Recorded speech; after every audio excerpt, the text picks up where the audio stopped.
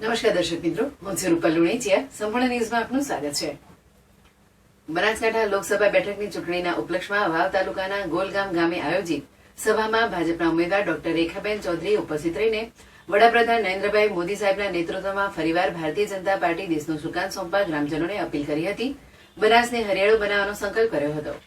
વાવ તાલુકાના ગોલ ગામે યોજાયેલી ભાજપની સભામાં પૂર્વ ધારાસભ્ય શશિકાંત પંડ્યા, રાજપૂત સમાજના આગેવાન ડીડી રાજપૂત,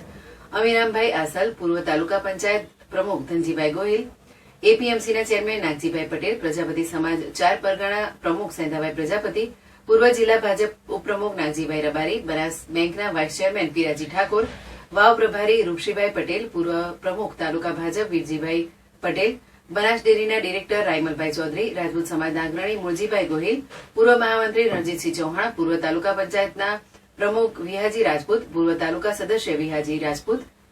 નાઓદરના સરપંચ નરસંગભાઈ રાજપૂત, એપીએમસીના ડિરેક્ટર રામસંગભાઈ રાજપૂત, તાલુકા ભાજપ મહામંત્રી પ્રકાશભાઈ વ્યાસ, ભરતસિંહ સોઢા, લોધરાની સરપંચ ભૂપાજી બારોટ, સૈદાભાઈ અને દેવજીભાઈ હેગડે સહિત સામાજિક આગેવાનો, હોદ્દેદારો, પ્રજાજનોએ ઉપસ્થિત રહીને વિકસિત ભારતના સંકલ્પને સાકાર કરવા મહત્વપૂર્ણ મુદ્દાઓ પર સંવાદ કરી અબકી બાર મોદી સરકાર, અબકી બાર 400 પારના સંકલ્પને સુદ્રઢ બનાવ્યો હતો.